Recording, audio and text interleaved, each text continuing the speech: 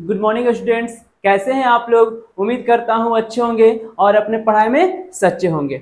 मैं अंकुर कुमार रॉय।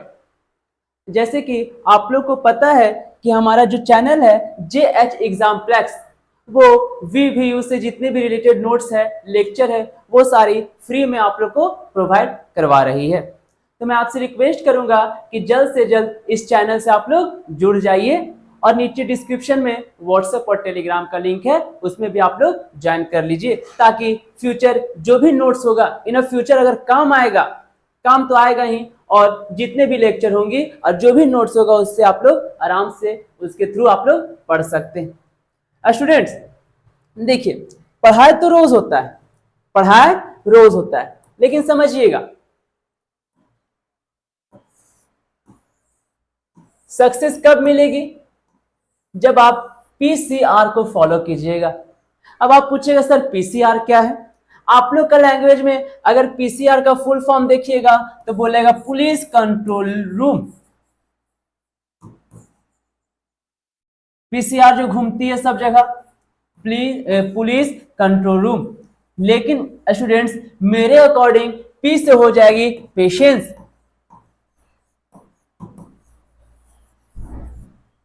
C से हो जाएगी कंटिन्यूटी, एंड R से हो जाएगी रिवीजन। मतलब कि आप लोग को पेशेंस के साथ लगातार पढ़ना होगा और कंटिन्यू पढ़ना होगा, रिवीजन करते रहना होगा, तभी एक ऐसा समय आएगा स्टूडेंट्स कि आप सक्सेस पा सकते हैं। बहुत ज्यादा इंपॉर्टेंट है आप लोग के लिए, और इसमें से सबसे ज्यादा इंपॉर्टेंट है आप लोग के लिए पेशेंस। जब तक आप में पेशेंस नहीं होगी तब तक आप किसी भी चीज को अचीव नहीं कर पाइएगा। ये आपके लिए बहुत ज्यादा इंपॉर्टेंट है। और जो भी लेक्चर हो रही है, जो भी नोट्स आपको प्रोवाइड कराई जा रही है, वो कहीं ना कहीं आप एक काम करना कि दिमाग में बैठा लेना। मेरी बताए हुए बातें आपको याद नहीं रहेगी, आप वहां एग्जाम में खुद से लिखिएगा, बस आपको सिर्फ कॉन्सेप्ट पता होना चाहिए। डियर स्टूडेंट्स, जैसे कि हम लोग पॉलिटिकल साइंस का मेजर और manner long taps of answer कर रहे हैं, जो कि आज मेरी ये long answer tap of question last class होगी। कम से कम आज की क्लास मिला के 10 क्वेश्चन आंसर मैंने आप लोग को कंप्लीट करवा दिया। अब ये 10 क्वेश्चन करने के बाद एग्जाम में कम से कम 5 से 6 क्वेश्चन जरूर आएंगे तो लिखेंगे, और नहीं आएंगे तो समझेंगे। चलिए शुरू करते हैं। जैसे कल की क्लास में मैंने राष्ट्रपति को देखा था और प्रधानमंत्री को देखा था, उनके कार्यकाल को देखी थी, उनकी शक्तियां को देखी थी, उनको क्या क्या लिमिट है, सीमाएं हैं, वो सारी चीज देख चुकी थी। अब कहीं ना कहीं आज का जो क्लास है वो आपके लिए बहुत ज्यादा इंपॉर्टेंट होने वाला है। क्यों? क्योंकि आज की क्लास में हम लोग लोकसभा को पढ़ेंगे, लोकसभा के अध्यक्ष को पढ़ेंगे, और आज की क्लास में हम लोग मौलिक अधिकार को पढ़ेंगे। मौलिक कर्तव्य देख चुके हैं, डिफरेंस क्या है वो सब हम लोग आज जानेंगे। और आज की क्लास आप लोग के लिए बहुत ज्यादा इंपॉर्टेंट होने वाली है। और आज की क्लास को अटेंड करने से पहले प्रीवियस जितने भी क्लास हो चुकी है वो सारे आप लोग एक बार जरूर देख ले। हम क्या बोले, आएगा तो लिखेंगे, नहीं आएगा तो समझेंगे, बस यही मेरी मेन मोटो है। मेरी मेन मोटो आप लोग को क्लास लेने का मतलब एक ही मकसद है कि सक्सेस, आप सक्सेस हो जाओ ना, उसके बाद सारी दुनिया आपके साथ रहेगी। आप जो गोल देखे हो, जो ड्रीम देखे हो, उसको अचीव कर लो ना, फिर तो आपकी हर एक दिन त्योहार होगी। चलिए शुरू करते हैं पहला क्वेश्चन से। और जो मेरा पहला क्वेश्चन होगा वो लोकसभा अध्यक्ष, यानी लोकसभा अध्यक्ष का स्थान, अधिकार एवं कार्यों का वर्णन करें। ये बहुत ज्यादा इंपॉर्टेंट है स्टूडेंट्स, बहुत ज्यादा इंपॉर्टेंट है। वो कहते हैं ना, क्या कहते हैं कि अगर ऊंचे सपने आप देखे हो, ऊंचा अगर सपना आप देखे हो तो उसे पूरा करने का अधिकार भी आप ही को है। आपका सपना कोई दूसरे इंसान पूरा नहीं करेगा, कोई नहीं। अरे आप देखे तो आप ही ना पूरा कीजिएगा। भूख आपको लगा तो आप ही ना खाइएगा कि होकर खाए से आपका पेट भरेगा, नहीं। अगर आपको खुद के लाइफ में सक्सेस पाना है तो वर्क हार्ड करना होगा, वर्क स्मार्ट करना होगा, और पेशेंस के साथ करना होगा, कंटिन्यू करना होगा, तब एक दिन आप अपने जिंदगी के उस मुकाम तक पहुंच पाइएगा जहां आप जाना चाहते हैं। तो कंटिन्यू पढ़ो, थोड़ा थोड़ा करके कंटिन्यू पढ़ो। अब हम लोग देखते हैं लोकसभा। अब हम लोग कल प्रधानमंत्री को देखे थे, तो उसी से रिलेटेड आज का टॉपिक होगा लोकसभा अध्यक्ष का स्थान, अधिकार एवं कार्यों का वर्णन करें। अब देखिए क्या बोलता है, लोकसभा अध्यक्ष भारतीय संसद का निम्न सदन। अब देखिए हम लोग पढ़े थे ना उच्चतम और निम्नतम, यानी उच्च सदन और निचला सदन। तो वही बोलता है लोकसभा अध्यक्ष भारतीय संसद का निम्न सदन लोकसभा का सभापति एवं अधिष्ठाता होता है। तो कहीं ना कहीं जो लोकसभा अध्यक्ष होता है वो ये बहुत इंपॉर्टेंट है। भारतीय संसद के निम्न सदन लोकसभा का सभापति एवं सबसे अधिक हाई पोस्ट वाला अध्यक्ष होता है। यानी लोकसभा का जो अध्यक्ष होता है वो लोकसभा का सबसे अधिष्ठतम नेता होता है, यानी सबसे उच्च पायदान का नेता होता है। उसकी भूमिका वेस्टमिंस्टर, देखिए इसको नोट कर लीजिएगा, नोट कर लीजिए आप लोग। उनकी भूमिका जो है वेस्टमिंस्टर प्रणाली पर आधारित है। किस पर आधारित है? वेस्टमिंस्टर। इसको आप लोग नोट कर लीजिएगा, पूछ देगा कि लोकसभा किस पे आधारित है, तो वेस्टमिंस्टर प्रणाली पर लोकसभा अध्यक्ष आधारित है।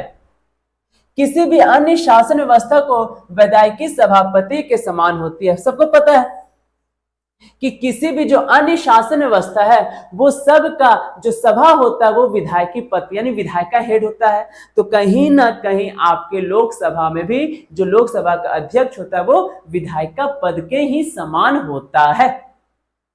उसका निर्वाचन, अब देखिए उसका निर्वाचन लोकसभा चुनाव के बाद, अभी जो लोकसभा चुनाव हो रही है ना, निर्वाचन लोकसभा अध्यक्ष के चुनाव कैसे होगी, उसकी निर्वाचन लोकसभा चुनाव के बाद लोकसभा की प्रथम बैठक में ही कर लिया जाता है। अब कहीं ना कहीं लोकसभा का निर्वाचन होगा, लोकसभा का जब चुनाव होगा, लोकसभा का जब चुनाव होगा और चुनाव के बाद जब प्रथम बैठक होगी, जब प्रथम सत्र चलेगा, तो वही सत्र में लोकसभा का अध्यक्ष को नियुक्त कर लिया जाता है। वह संसद के सदस्यों में से ही 5 साल के लिए चुना जाता है। अब देख भैया, देख लोकसभा का चुनाव 5 साल के लिए होता है, सबको पता है। 2024 में हो रही है, फिर 2029 में होगी।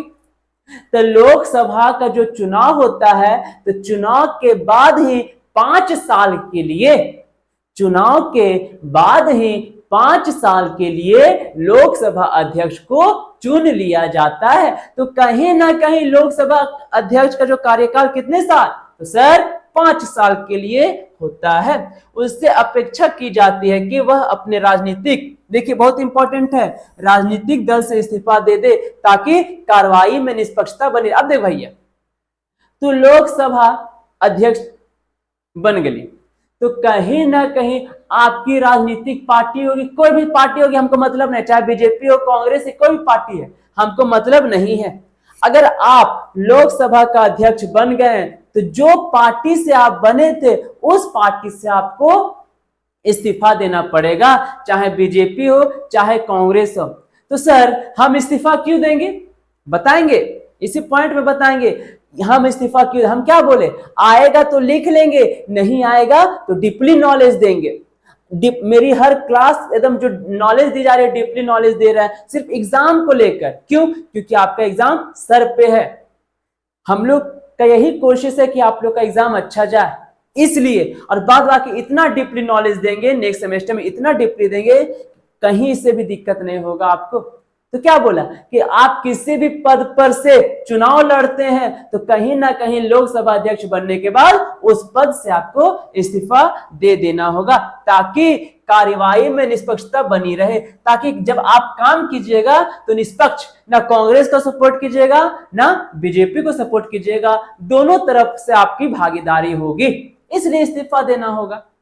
उम्मीद करता हूं कि ये जो थोड़ा सा कंफ्यूजन है वो आप लोग की दूर हो गई होगी।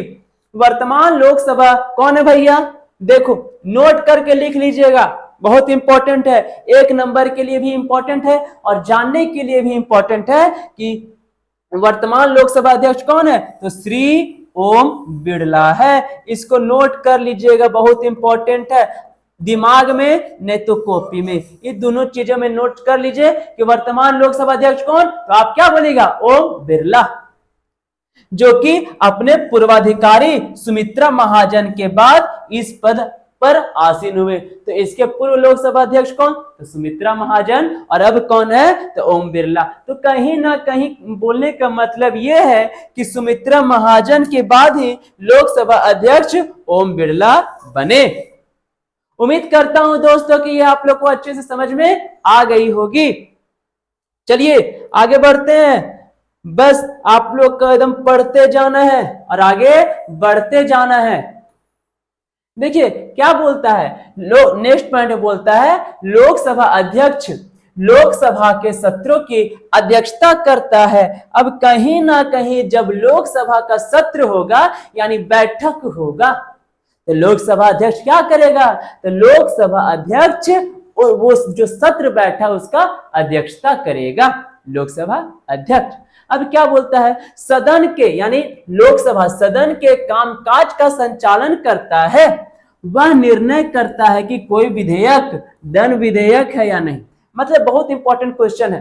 देखो क्वेश्चन क्या है कि कोई विधेयक धन विधेयक है नहीं, ये फैसला कौन करेगा, तो बहुत इंपॉर्टेंट है। ये कंपटीशन एग्जाम में भी पूछा गया है, एसएससी का एमटीएस एग्जाम में भी पूछा गया है कि कोई विधेयक धन विधेयक है या नहीं, इसका फैसला कौन करता है, तो आप बता दीजिएगा कि सर इसका फैसला लोकसभा अध्यक्ष करता है। क्लियर है। और क्या बोलता है, वह सदन का अनुशासन और मर्यादा बनाए रखता है। मतलब सदन का यानी लोकसभा का अनुशासन है, सबको अनुशासन में रहना है, सबको वेल डिसिप्लिन में रहना है, कोई लड़ाई झगड़ा नहीं करेगा। अगर हम यहाँ हैं तो हेड ऑफ द लोकसभा हम हैं, तो मेरे अधीन ही तुम लोग का भी अनुशासन बना के रखना होगा।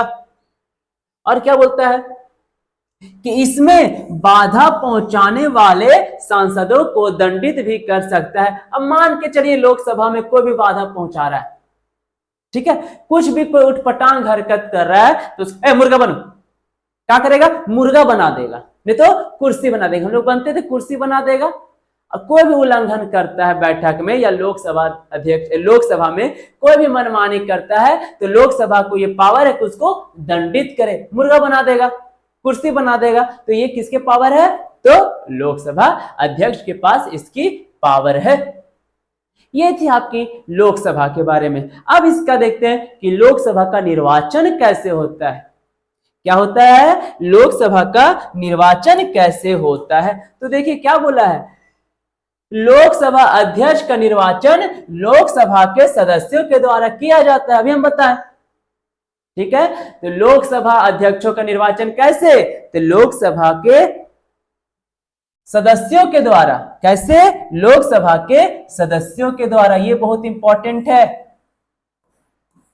IMP मतलब इंपॉर्टेंट। लोकसभा के सदस्यों के द्वारा ही लोकसभा अध्यक्ष की नियुक्ति की जाती है। निर्वाचन की तिथि राष्ट्रपति के द्वारा निश्चित की। अब देख भैया एक क्या बोला कौन कि निर्वाचन की तिथि राष्ट्रपति के द्वारा निश्चित की जाती है। राष्ट्रपति बोला हम राष्ट्रपति अब बुला दिए कि 5 तारीख को लोकसभा अध्यक्ष की नियुक्ति की जाएगी, सब 5 तारीख को आ जाना। तो कौन बोला, तो राष्ट्रपति बोला। तिथि कौन घोषणा किया, तो तिथि का घोषणा राष्ट्रपति किया। ठीक है, राष्ट्रपति के द्वारा निश्चित की गई तिथि की सूचना लोकसभा का महासचिव सदस्यों को देता है। मान के चल हम राष्ट्रपति हैं, हम क्या है, राष्ट्रपति हैं, तो हम राष्ट्रपति हैं और लोकसभा के महासचिव को बुलाएंगे, इधर आओ रे तुम, इधर आओ। क्या हुआ सर, सबको जाके बोल दो, गांव में ढिंढोरा पीट दो, गांव में मतलब लोकसभा में, कि 20 तारीख को लोकसभा अध्यक्ष की नियुक्ति होगी। तब क्या करेगा महासचिव, महासचिव जाएगा और सदन में घोषणा करेगा कि राष्ट्रपति 20 तारीख को लोकसभा अध्यक्ष की नियुक्ति के लिए सबको बुलाए हैं, सबको बैठक में उपस्थित होना अनिवार्य है। तो ही बोलता है, सदस्यों को देता है। अब निर्वाचन की तिथि के एक दिन पूर्व मतलब पहले, मान के चलिए 20 तारीख को निर्वाचन की तिथि है, तो 19 तारीख को पूर्व मध्याह्न से पहले किसी सदस्य द्वारा किसी अन्य सदस्य को अध्यक्ष चुने जाने का प्रस्ताव महासचिव को लिखित रूप में दे दिया जाता है। मतलब कि 20 तारीख को चुनाव होगी तो 19 तारीख को ही महासचिव को उसकी चुनाव में नामांकन जो होता है वो महासचिव को दे दिया जाता है। अब क्या बोलता है, इस प्रस्ताव के साथ अध्यक्ष के उम्मीदवार सदस्य का यह कथन संलग्न होता है कि वह अध्यक्ष के रूप में कार्य करने के लिए तैयार हो जाए। अब हम क्या किए, नामांकन दे दिए महासचिव को। अब महासचिव क्या बोलेगा कि तुमको अध्यक्ष नियुक्त कर लिया गया है, तुम अपने काम के लिए तैयार हो जाओ। अब क्या बोलता है, निर्वाचन के लिए एक या अधिक उम्मीदवारों द्वारा प्रस्ताव किए जा। अब देख भैया, निर्वाचन करना है तो किसका करना है, तो लोकसभा अध्यक्ष को करना है। तो एक तो नाम नहीं जाएगा, कम से कम 2, 3, 4, 5 जितने भी सदस्य होंगे सबका नाम निर्वाचन के लिए भेजा जाता है। हम लोग क्या पढ़े, तो निर्वाचन का मतलब है नियुक्ति। लोकसभा की नियुक्ति कैसे होगी सर, तो वही नियुक्ति को पढ़ रहे हैं। निर्वाचन को मतलब आपको समझना है चुनना यानी फिर बनाना। यदि एक ही प्रस्ताव पेश किया जाता है तो अध्यक्ष का चुनाव सर्वसम्मत होता है, और यदि एक से अधिक प्रस्ताव प्रस्तुत होते हैं तो मतदान कराया जाता है। तो मान के चलिए अगर एगो का नाम गया तो कहीं ना कहीं चलिए हम बोले कि सर ये जो राहुल है ना, राहुल, हाँ, इसी का खाली एगो नाम आया है लोकसभा अध्यक्ष में, ठीक है, एक राहुलवे दिया है, हाँ राहुलवे, और कोई दूसरा ना होलो तो ना, तो एक काम कर, राहुल ओलो है तो सबसे पूछ के खाली राहुल के नाम में लो, तो संतुष्ट है, तो क्या बोलेंगे, हाँ, सब सदस्य क्या बोले, हाँ सर संतुष्ट है, राहुलवा अच्छा आदमी है, वो लोकसभा अध्यक्ष समझा लेता या फिर अच्छा से निभेता। कहे एक का नाम आया, अब वही कहे ना सर राहुलवो एलो है, संदीपो होले, करवो एलो है, मंगरा एलो है, बुधना एलो है, सनिया एलो है, तो कहीं ना कहीं 7 गो नाम आया। तो 7 गो यानी ज्यादा उम्मीदवारों की जब नामांकन होती है तो उसके लिए क्या करना पड़ेगा, उसके लिए मतदान कराया जाएगा। मतदान यानी चुनाव कराए जाएंगी। अब मतदान में लोकसभा के सदस्य ही शामिल होकर अध्यक्ष का बहुमत से निर्वाचन करते हैं। अब मतदान में कौन शामिल होगा, तो लोकसभा का सदस्य, यानी लोकसभा सदस्य कितना, तो 543। तो 543 में ही कहीं ना कहीं जो नाम इन लोग को अच्छा लगेगा तो उन्हीं 543 सदस्य वोट करेंगे और एक लोकसभा अध्यक्ष को चुनेंगे। कोई दिक्कत तो नहीं, सुन भी थोड़ा सा भी कोई दिक्कत नहीं। चलिए आगे देखते हैं, आगे क्या बोलता है।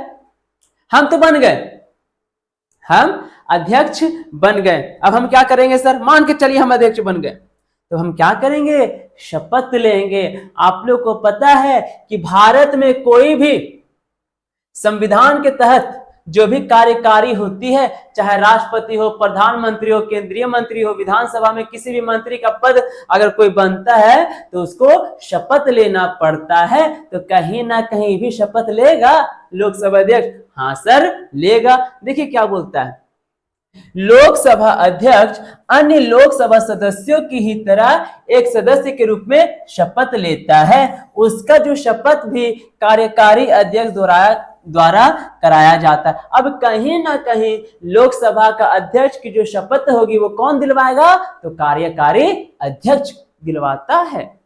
कार्यकारी अध्यक्ष जो होते हैं सबसे वरिष्ठ सदस्यों को। अब देख भैया 543 सीट है, ठीक है, 543 सीट में जो सबसे बूढ़ा होगा, जिसका बाल पकल होगा, जेकर पेट निकलल होगा, जो चश्मा लगेले होगा, जो झुकल होगा, जो सबसे बूढ़ा होगा, वो उसी को कार्यकारी अध्यक्ष बनाया जाता है। और वही कार्यकारी अध्यक्ष के सामने लोकसभा कसम खाते हैं कि अब से हम झूठ ना बोलेंगे। लोकसभा अध्यक्ष कसम खाते हैं कार्यकारी अध्यक्ष के समक्ष, यानी उनके सामने।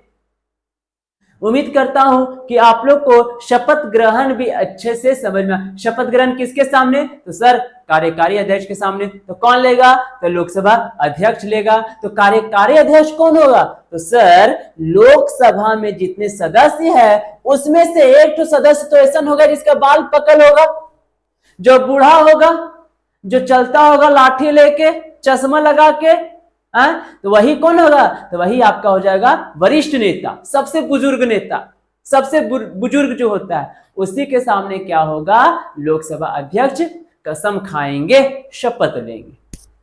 उम्मीद करता हूं कि आप लोगों को शपथ ग्रहण भी अच्छे से समझ में आ गई होगी।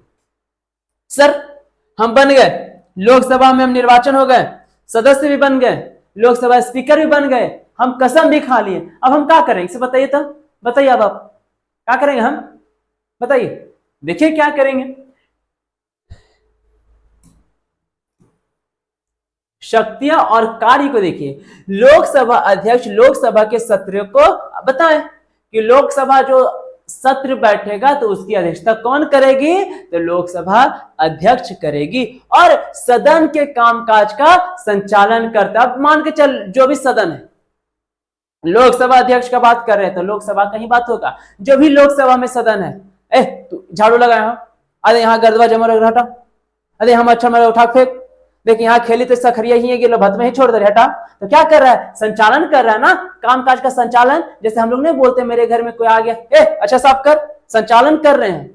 देखिए खेली सखरिया हुए, उठा ले जो, डाल डस्टबिन में। तो क्या कर रहे हैं? संचालन कर रहे हैं। तो ठीक इसी तरह लोकसभा अध्यक्ष भी सदन के कामकाज का संचालन करेगा।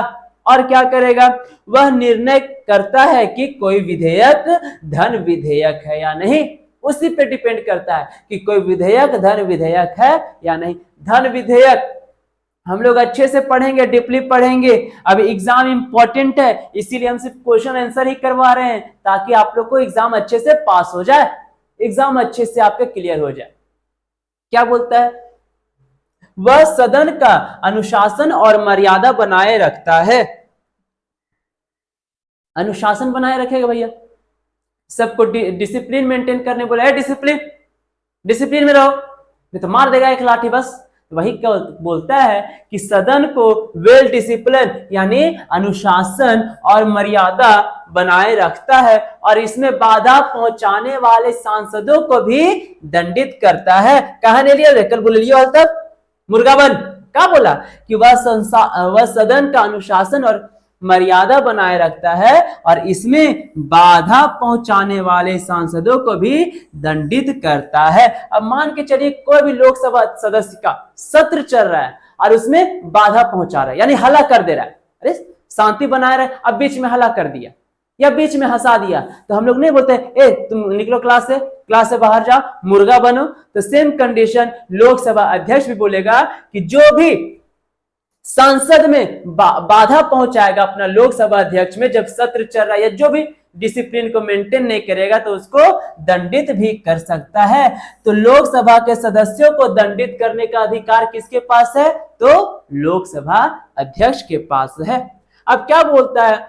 वह विभिन्न प्रकार के प्रस्ताव और संकल्पों जैसे भैया अविश्वास प्रस्ताव, स्थगन प्रस्ताव, सेंसर मोशन को लाने की अनुमति भी और अटेंशन नोटिस देता है। अब देखिए क्या होता है, प्रस्ताव यानी हम लोग पढ़े प्रस्ताव हो गया, विधेयक हो गया, तो कहीं ना कहीं जो भी देश के लिए निहित होगी, जो भी देश के लिए कानून होगा, तो कहीं ना कहीं वो अधिकार प्रस्तुत करने का अधिकार किसके पास है?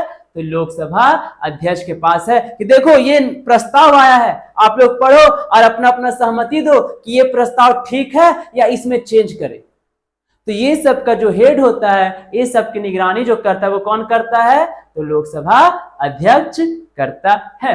उम्मीद करता हूं शक्तियां और कार्य भी आप लोग को अच्छे से समझ में आ गई होगी। ठीक है सर, हम काम किए तो काम के बदले पैसा भी मिलेगा। हाँ बिल्कुल, यही कंडीशन यहां भी हो रहा है, जिसका नेक्स्ट टॉपिक है वेतन और भत्ते। अब देखिए क्या बोलता है, लोकसभा अध्यक्ष को राज्यसभा के सभापति। अब कहीं ना कहीं आप लोग राज्यसभा पढ़े होंगे, मेरा दूसरा या तीसरा लेक्चर में जो इंपॉर्टेंट क्वेश्चन थी उसमें से मैंने आप लोग को राज्यसभा का क्लास में बताया था। उपाध्यक्ष, राज्यसभा का सभापति कौन होता है? तो राज्यसभा का जो सभापति यानी पदेन सभापति जो होते हैं वो भारत के उपराष्ट्रपति होते हैं। तो कहीं ना कहीं सभापति अभी कौन है जो हमारे भारत के उपराष्ट्रपति होंगे? तो जगदीप धनखड़, तो वही जो होते हैं राज्यसभा का सभापति होते हैं। तो वही बोला है कि लोकसभा अध्यक्ष को राज्यसभा की, ये बहुत इंपॉर्टेंट है, इन लोग आप लोग नोट डाउन कर लीजिए, राज्यसभा के सभापति यानी उपराष्ट्रपति के समान मासिक वेतन एवं अन्य भत्ते मिलते हैं। कहीं ना कहीं जो राज्यसभा के सभापति को मिल रहा है यानी उपराष्ट्रपति को जितना पैसा, जितना वेतन, जितना भत्ते मिल रहे हैं, तो वो सारी चीज लोकसभा अध्यक्ष को भी मिलेगी। क्या बोलता है? 2002 याद आया होगा कल की क्लास में, 86वां संविधान संशोधन 2002 को संसद द्वारा पारित एक संशोधन विधेयक के अनुसार यदि लोकसभा के अध्यक्ष की मृत्यु उसके पद पर रहने की अवधि में ही हो जाती है, तो कहीं ना कहीं लोकसभा का जो अध्यक्ष है उसका कार्यकाल है 5 साल और वो 2 साल में ही मर गया, मतलब पूरा अपना कार्यकाल पूरा नहीं किया और बीच में ही अगर उनकी मृत्यु हो जाती है तो उसके परिवार यानी पति या पत्नी को पेंशन, आवास और स्वास्थ्य सुविधाएं मिला करेंगी। मतलब कि हम लोकसभा अध्यक्ष और हम मर गए तो जितनी भी सुविधाएं हैं वो मेरे बाल बच्चे को या फिर मेरी पत्नी को दिया जाएगा। कि ध्यात्व यह है कि सुविधा अब तक सिर्फ राष्ट्रपति और उपराष्ट्रपति के पास ही थी, लेकिन अब 2002 के बाद क्या हुआ? लोकसभा के केंद्रीय मंत्री के समान भत्ता देने का भी प्रावधान किया गया है।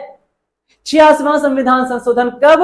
तो 2002। यानी बोला गया कि पहले ये सब जो पावर था वो सिर्फ राष्ट्रपति और उपराष्ट्रपति के पास ही था, लेकिन 2002 के बाद ये सब जो पावर मिल गई वो हमारे लोकसभा अध्यक्ष को भी दे दी गई। उम्मीद करता हूं वेतन और भत्ते भी आप लोग को अच्छे से समझ में आ गई होगी। बस आप लोग के लिए इंपॉर्टेंट नोटिस यही है कि आप लोग जब भी क्लास को अटेंड करो तो कॉपी और पेन लेके बैठो। अब देखो क्या होगा, मान के चलिए आप बोलेगा कि हम बड़ी पढ़े में तेज हैं और देख लेंगे तो याद हो जाएगा, तो ऐसा नहीं है। आप लिख लीजिएगा, फिर उसको देखिएगा, फिर दूसरा दिन देखिएगा, तो कहीं ना कहीं होगा कि आपके दिमाग में घुस जाएगा यानी अट जाएगा। रोज तो इसी को देख रहे हैं, मान के चलिए कि अरे ये हो, फिर अरे इसको तो हम कल देखे हैं, फिर अरे इसको हम परसों भी देखे थे। तो क्या होगा, एक ऐसा समय आएगा कि उसका अच्छा ही तो वहीं रहो हो, गली साव हो, तीसरा नंबर में रहो, याद हो गया ना। ठीक उसी तरह जब भी किसी भी क्लास को आप अटेंड करो तो कॉपी पेन लेके बैठो, ताकि रोज उसको देखिएगा तो एक ऐसा समय आएगा कि उसकी हिस्ट्री, ज्योग्राफी, भूगोल, नागरिक क्या क्या है आपके दिमाग में अट जाएगा यानी घुस जाएगा। तो मैं हमेशा बोलूंगा कि पेन और कॉपी लेके आप लोग क्लास को अटेंड करें। चलिए, हमको पैसा भी मिल गया, हम लोकसभा अध्यक्ष भी बन गए। अब मेरी कार्यकाल कितने दिन तक रहेगी सर? हम कितने दिन तक हम लोकसभा अध्यक्ष बने रह सकते हैं? देखिए क्या बोलता है, अध्यक्ष का कार्यकाल लोकसभा विघटित होने तक का होता है। कुछ स्थितियों में वह इससे पहले भी पदमुक्त हो सकता है। लोकसभा अध्यक्ष को लोकसभा के प्रभावी बहुमत द्वारा हटाया जा सकता है। अब देखो, कहीं ना कहीं अध्यक्ष का कार्यकाल लोकसभा विघटित होने तक होता है, तो कहीं ना कहीं जब तक लोकसभा विघटन ना हो जाए यानी भंग ना हो जाए तब तक वो अपने पद पर बने रह सकते हैं। फिर क्या बोलता है, कुछ ऐसी स्थिति आएगी भैया देश में, कुछ ऐसा मूवमेंट आएगा देश में कि इससे पहले भी उसे पदमुक्त करवा सकते हैं। अब कैसे करवा सकते हैं? तो लोकसभा अध्यक्ष को लोकसभा के प्रभावी बहुमत द्वारा उसे हटाया जा सकता है। मान के चलिए बहुमत, अब देखो नियुक्ति हुई तो चुनाव से नियुक्ति हुई, चुनाव सब दिया, सब उसको पसंद किया, सब उसको वोट दिया, उसके बाद उसको चुन लिया गया। अब कहीं ना कहीं उसको पद से हटाना है, तो पद से हटाने के लिए भी तो सभी सदस्यों की स्वीकृति जरूरी होगी। तो सभी सदस्य वोट किए कि ना ये अच्छा आदमी ना आला, अब एकरा तू हटा दे। सो चलिए अच्छा काम करता लेकिन ना कर लो, अब एकरा हटा दे, तो उसके लिए भी मतदान किया जाएगा। वही बोला है प्रभावी बहुमत द्वारा हटाया जा सकता है, लेकिन 14 दिन पहले इसकी सूचना लोकसभा अध्यक्ष को दे देनी होगी। बाबू रे तुम अच्छा काम नहीं किया है तो हम लोग डिसीजन की यानी 2 सप्ताह पहले उसको हम बता रहे हैं कि तुम अपने पद से इस्तीफा दे दो। तो कितना दिन पहले? तो 14 दिन पहले लोकसभा अध्यक्ष को हम बताए कि अब तुम अपने पद से इस्तीफा दे दो। हम लोग कुछ और सोचे थे, तुम कुछ और निकला। हम लोग सोचे थे कि तुम अच्छा काम करोगे लेकिन तुमने कुछ अच्छा काम नहीं किया, इसलिए तुम अपने पद से इस्तीफा दे दो। तो ये कहीं ना कहीं ये देखिए 14 दिन के भीतर ही 14 दिन के भीतर ही इसकी सूचना लोकसभा अध्यक्ष को देना आवश्यक है। यह भी आप लोग के लिए बहुत इंपॉर्टेंट है। इंपॉर्टेंट का मतलब है कि आपको ऑब्जेक्टिव में भी पूछेगी और आएगा तो लिखेंगे और नहीं आएगा तो दिमाग में भर लेंगे। यह था आपका लोकसभा अध्यक्ष, बहुत इंपॉर्टेंट है। 10 long answer type of question में कम से कम 5 ठो आप लोग को एकदम इंपॉर्टेंट है और ये 5 को जरूर आएगा 10 गो में से। हम पूरा 10-10 का गारंटी नहीं लेते कि 100 आउट ऑफ 100 ही आएगी, कम से कम 50% का हम गारंटी लेते हैं कि 10 गो में से 5 गो क्वेश्चन अगर आएगा तो बन जाना चाहिए। अब कैसे नहीं बनेगा? अरे पढ़ रहे, कंटिन्यू पढ़ रहे, कंटिन्यू क्लास कर रहे, जहां हम कल किए वहीं से आज स्टार्ट किए, फिर आज जहां खत्म करेंगे वहीं कल से स्टार्ट करते, कंटिन्यू बने हैं। पार्ट 1, पार्ट 2, पार्ट 3, पार्ट 4, इसी तरह तो कोई भी मूवी बनती है। तो ठीक उसी तरह हम आप लोग का क्वेश्चन सीरीज भी लेके आ रहे हैं और कर ही रहे और कंटिन्यू करवाते ही रहेंगे जब तक आप अपने जो गोल है, जो ड्रीम है, उसको आप अचीव ना कर लो। चलिए ये था क्वेश्चन नंबर 9 जो हम लोग अभी डील किए। अब देखिए क्वेश्चन नंबर 10 क्या बोलता है, भारतीय मौलिक अधिकार से क्या समझते हैं, मौलिक अधिकारों का वर्णन करें। तो मौलिक अधिकार कहीं ना कहीं हम लोग जिक्र किए थे, जो कि हम लोग राष्ट्रपति के कार्यकाल में ही पढ़े थे। मौलिक कर्तव्य को भी हम लोग देख चुके थे कि टोटल कितने कर्तव्य, मौलिक कर्तव्य, तो 11 मौलिक कर्तव्य है जो कि 51 के क में जोड़ा गया है भाग 4 में। ठीक है, तो मौलिक कर्तव्य दूसरा हो गया, मौलिक अधिकार दूसरा हो गया। तो वही है, बहुत इंपॉर्टेंट है। मौलिक अधिकार को क्या, कैसे आप समझ सकते हैं, कैसे आप डिफाइन कर सकते हैं, कैसे आप डील कर सकते हैं मौलिक अधिकार को। देखिए क्या बोलता है, भारतीय मौलिक अधिकार से क्या समझते हैं बाबू, उत्तर दो और मौलिक अधिकारों का वर्णन करो। भारत की बात कर रही है तो हम भारत देश में रहते हैं, मतलब रहते हैं। चलिए भारत के संविधान के भाग 3 में, कितने भाग 3 में निहित, भारत के संविधान के भाग 3 अनुच्छेद 12 से 35, भाग 3 में कितना अनुच्छेद है, बहुत इंपॉर्टेंट है, इसको नोट कर लीजिए, बहुत इंपॉर्टेंट है। भारत के संविधान के भाग 3 अनुच्छेद 12 से 35, ये ऑब्जेक्टिव के लिए भी बहुत इंपॉर्टेंट है। 1 नंबर में आएगा कि मौलिक अधिकार कौन से भाग में है, तो भाग 3 में है। मौलिक अधिकार का अनुच्छेद कितना से कितना है, तो अनुच्छेद 12 से 35 है। में निहित भारत में मौलिक अधिकार नागरिक स्वतंत्रता की गारंटी देती है। हम बताए थे किसकी गारंटी देगी, तो नागरिक स्वतंत्रता की गारंटी देगी, यानी हम लोग नागरिक हैं तो कहां के, तो भारत के, तो हमारी सुरक्षा की गारंटी कौन देगी, स्वतंत्रता की गारंटी कौन देगी, तो ये हमारा संविधान देगी। लिखल है संविधान में भाग 3 में, क्या लिखल है कि मौलिक अधिकार नागरिक स्वतंत्रता की गारंटी देती है। हम लोग सबको स्वतंत्र रहने की गारंटी मौलिक अधिकार देती है, ताकि सभी भारतीय भारत के नागरिक के रूप में शांति और सद्भाव से अपना जीवन जी सके। क्या है, सभी भारतीय सभी नागरिक अपना जीवन को अच्छे से जी सके। और क्या बोलता है, इन अधिकारों को मौलिक के रूप में जाना जाता है।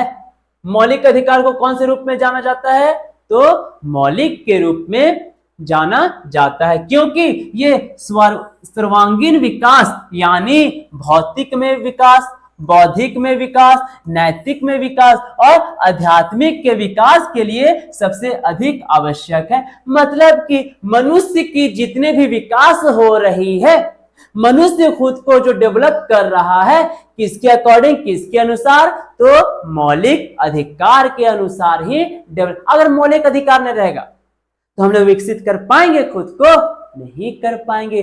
देश को विकसित कर पाएंगे तो नहीं कर पाएंगे। तो कहीं ना कहीं ये सब चीज के लिए मौलिक अधिकार बहुत महत्वपूर्ण है हम लोग को जीवन जीने के लिए। अब देखिए क्या बोलता है, देश के मौलिक कानून यानी कि संविधान द्वारा संरक्षित है। तो कहीं ना कहीं मौलिक अधिकार और मौलिक कानून भी संविधान के द्वारा संरक्षित है।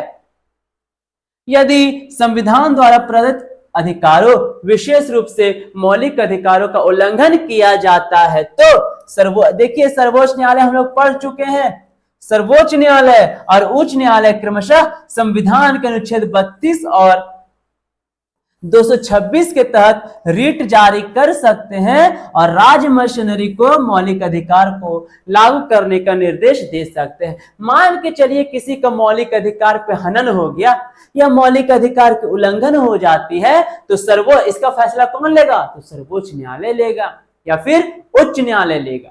तो दोनों लेगा और फैसला सुनाएगा कि इसका मौलिक अधिकार छीन लिया है, जल्दी से इस पे मौलिक अधिकार लागू करो, और जो छीना है, जो तुम इसका अधिकार को जो तुम छीने हो उसको वापस जल्दी करो। तो इसका फैसला कौन लेगा, तो सर्वोच्च न्यायालय लेगा। ये बहुत इंपॉर्टेंट है आप लोग के लिए, ये भी नोट डाउन कर लीजिए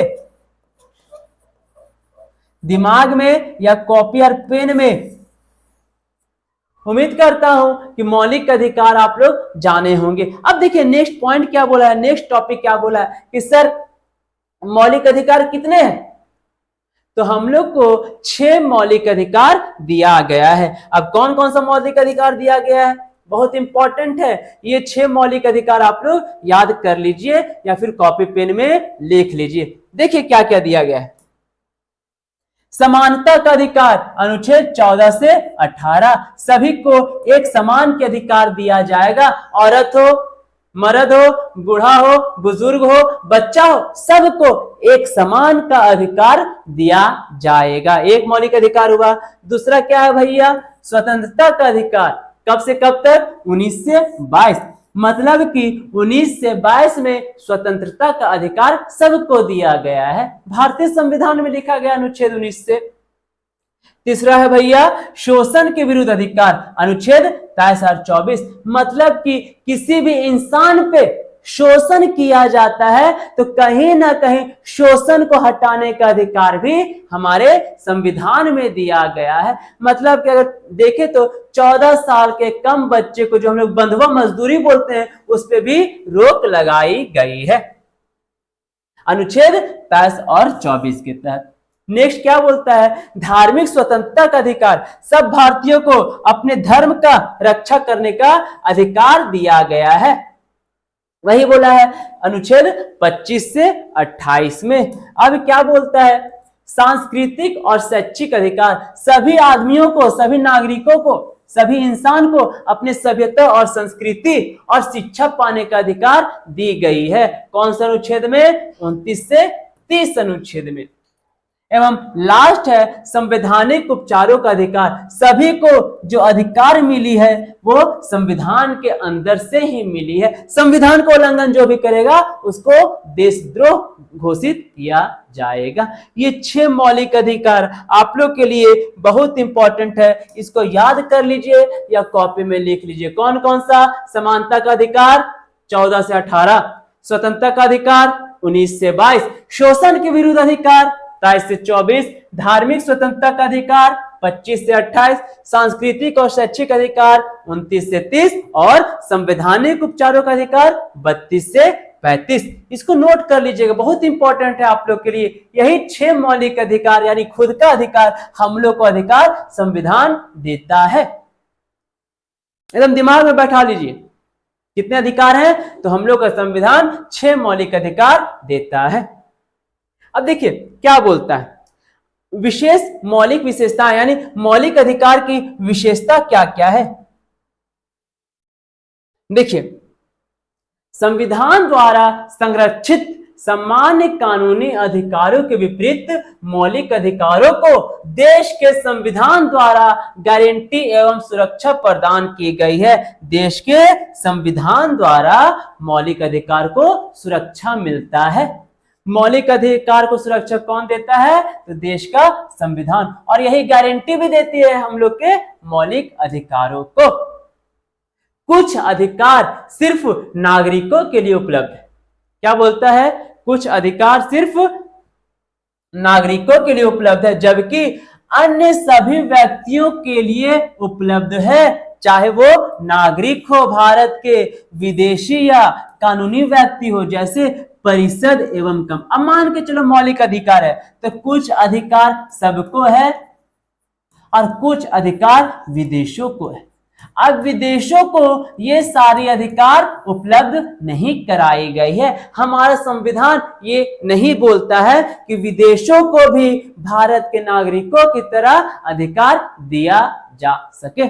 उम्मीद करता हूं कि ये जो टॉपिक है, ये जो लाइन है, वो आप लोग को अच्छे से समझ में आ गई होगी। क्या बोलता है? संसद इनमें कटौती या कमी कर सकती है। अब आप जाहिर सी बात है, भारत एक संसदीय व्यवस्था वाला देश है, तो संसद मतलब कौन? जिसमें से राष्ट्रपति आएंगे, राज्यसभा आएंगे, लोकसभा आएंगे, तो वो तीनों को अधिकार प्राप्त है कि वो मौलिक अधिकार को कटौती या कमी भी कर सकती है, यानी बदल भी सकती है, छीन भी सकती है, दे भी सकती है। ये अधिकार किसके पास है? तो ये अधिकार संसद के पास है, लेकिन संशोधन अधिनियम के तहत, ना कि साधारण विधेयक द्वारा। अब देखिए, आप लोग को पता है कि भारतीय संविधान संशोधन करके ही किसी चीज को लागू करती है या किसी चीज में बदलाव करती है, ना कि एगो बिल दे दिए हम और बदल दे रहे, हम पटक दिए बदल तो रहे नहीं। क्या होगा? संविधान में अगर कुछ भी बदलाव लाना है, कुछ भी ऐड करना है, तो संविधान में संशोधन करना होगा, ना कि ओकरा बोल दिए और वो काम कर दिया, ऐसा नहीं होगा। उम्मीद करता हूं कि आपको ये भी जो विशेषताएं हैं वो अच्छे से समझ में आ गई होगी। अब क्या बोलता है?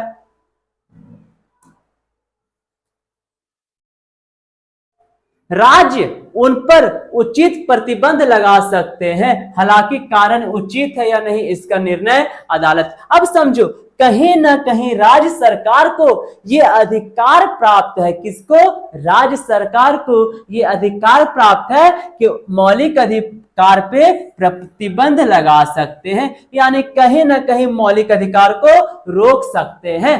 तो ये अधिकार किसके पास है? तो राज्य सरकार के पास है, लेकिन इसका कारण उचित है या नहीं इसका निर्णय अदालत करेगी, यानी न्यायालय करेगी।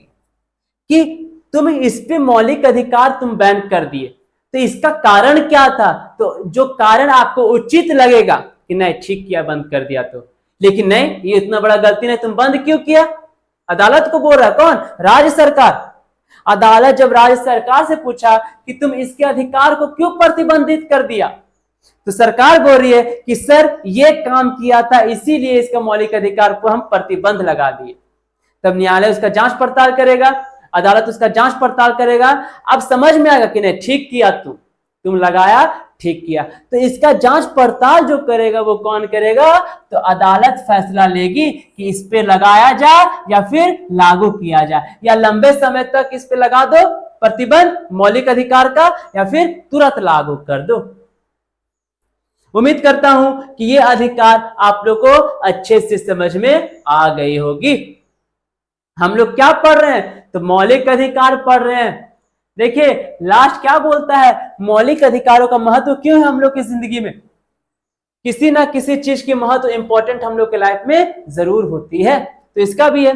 भारतीय संविधान के मौलिक अधिकार निम्नलिखित दृष्टि, जैसे भैया क्या क्या महत्वपूर्ण है, देखिए क्या बोलता है, ये लोकतांत्रिक व्यवस्था की आधारशिला निर्मित करते हैं और लोगों को राजनीतिक प्रशासनिक प्रक्रिया में भाग लेने का अवसर प्रदान करते हैं। हम लोग सबको पता है दोस्तों कि भारत एक लोकतांत्रिक देश है।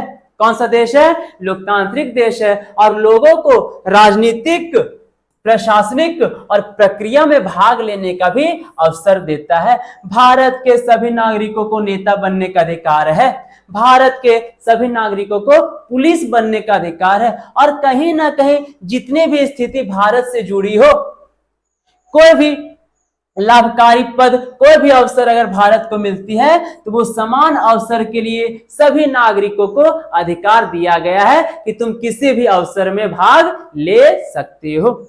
दूसरा क्या बोलता है कि ये राज्यों की तानाशाही पर नियंत्रण रखकर व्यक्तिगत स्वतंत्रता और कानून के शासन की रक्षा करते हैं। ये जो आप लोग के लिए इंपॉर्टेंट ये चार्ट है वो बहुत ज्यादा इंपॉर्टेंट है कि आखिर मौलिक अधिकार का महत्व क्यों है।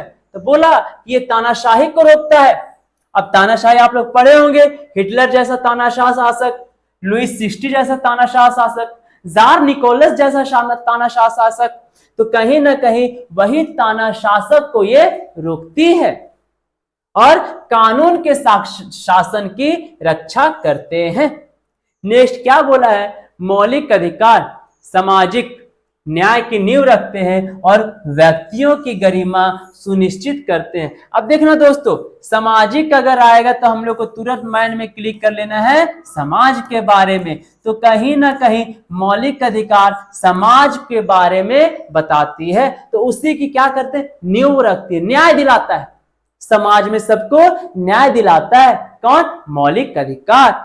लास्ट क्या बोलता है, ये अल्पसंख्यक, अल्पसंख्यक मतलब बहुत कम मात्रा में, और कमजोर वर्गों के हितों की रक्षा करते हैं, इस प्रकार सामाजिक न्याय को बढ़ावा देते हैं। अब मान के चलिए हमारे भारत में ऐसे लोग भी जो होंगे जो अल्पसंख्यक होंगे, यानी जैन धर्म के लोग, बौद्ध धर्म के लोग, क्रिश्चियन धर्म के लोग, तो ये सबको भी सुरक्षा प्रदान किया जाता है, ये सबको भी रक्षा किया जाता है मौलिक अधिकारों के तहत, सबको रक्षा दिया गया है। पढ़े थे अनुच्छेद 14 से 18 समता का अधिकार, तो कहीं ना कहीं इन लोग के साथ भी समान व्यवहार किया जा रहा है। चलिए उम्मीद करते हैं कि ये टॉपिक भी आप लोग को अच्छे से समझ में आ गई होगी। नेक्स्ट क्या बोला है कि कौन कौन इसको आलोचना किया है और इनकी लिमिट क्या है। देखिए क्या बोलता है, मौलिक अधिकारों की आलोचनाएं और सीमाएं। भारतीय संविधान के मौलिक अधिकारों की अवधारणा जो संविधान के मूल सिद्धांतों में से एक है, कुछ कमियां हैं और कुछ आलोचनाओं के साथ विद्यमान है। कहीं ना कहीं मौलिक अधिकारों में भी कुछ न कुछ कमी होती है। अब क्या कमी है, जैसे अत्यधिक सीमाएं, कई मौलिक अधिकारों में अपवाद, प्रतिबंध और योग्यताएं जुड़ी हुई है, जिससे उनकी परिधि और प्रभावी कार्यान्वयन सीमित हो जाता है। तो कहीं ना कहीं प्रतिबंध कुछ ऐसे समाज में, ऐसी स्थिति में प्रतिबंध यानी रोक टोक लगा हुआ है, जिससे वहां की परिधि और प्रभावी कार्यान्वयन सीमित हो जाता है। नेक्स्ट क्या बोलता है, सामाजिक और आर्थिक अधिकार का अभाव। क्या है, सामाजिक और आर्थिक अधिकार का अभाव किसमें, तो मौलिक अधिकार में। मौलिक अधिकारों की सूची में सामाजिक सुरक्षा, रोजगार, विश्राम, अवकाश आदि मौलिक सामाजिक और आर्थिक अधिकारों को शामिल नहीं करती है। कहीं ना कहीं मौलिक अधिकार में सामाजिक सुरक्षा, रोजगार, विश्राम, अवकाश आदि मौलिक सामाजिक और आर्थिक अधिकारों को शामिल नहीं करती है, जिससे इसकी व्यापकता प्रभावित होती है। तो कहीं ना कहीं विश्राम, रोजगार, अवकाश आदि ये सब जो चीज है वो हमारे मौलिक अधिकार में शामिल नहीं होती है, जिसके कारण ये मौलिक अधिकार को प्रभावित करती है। सबसे इंपॉर्टेंट एक जो लास्ट में नोट करके जो हम लिखे हैं वो लिखे हैं, हालांकि इन आलोचनाओं और सीमाओं के बावजूद भी मौलिक अधिकार भारतीय लोकतंत्र की आत्मा कहलाती है। मतलब कि ये जो आलोचनाएं मिली है, ये इस सब के बावजूद होते हुए जो चैलेंज हुआ है, वो चैलेंज को पूरा करते हुए हमारा जो भारत है, यानी जो मौलिक अधिकार है, वो भारतीय लोकतंत्र की आत्मा कहलाती है। ये वाला आप लोग नोट कर लीजिएगा, मौलिक अधिकार को भारत की यानी लोकतंत्र की आत्मा कहते हैं। यानी भारतीय लोकतंत्र का आत्मा किसे कहा जाता है? तो मौलिक अधिकारों को कहा जाता है। ये एक नंबर में भी आएगा, ऑब्जेक्टिव में भी आएगा। और कोई पूछ दिया कौन सी क्लास करके आया, तो पॉलिटी का, तो बताओ तो कि भारतीय लोकतंत्र का आत्मा किसे कहा जाएगा? तो आप बता दीजिएगा मौलिक अधिकार को बोला जाएगा, भाग 3 को बोला जाएगा भारतीय लोकतंत्र का आत्मा।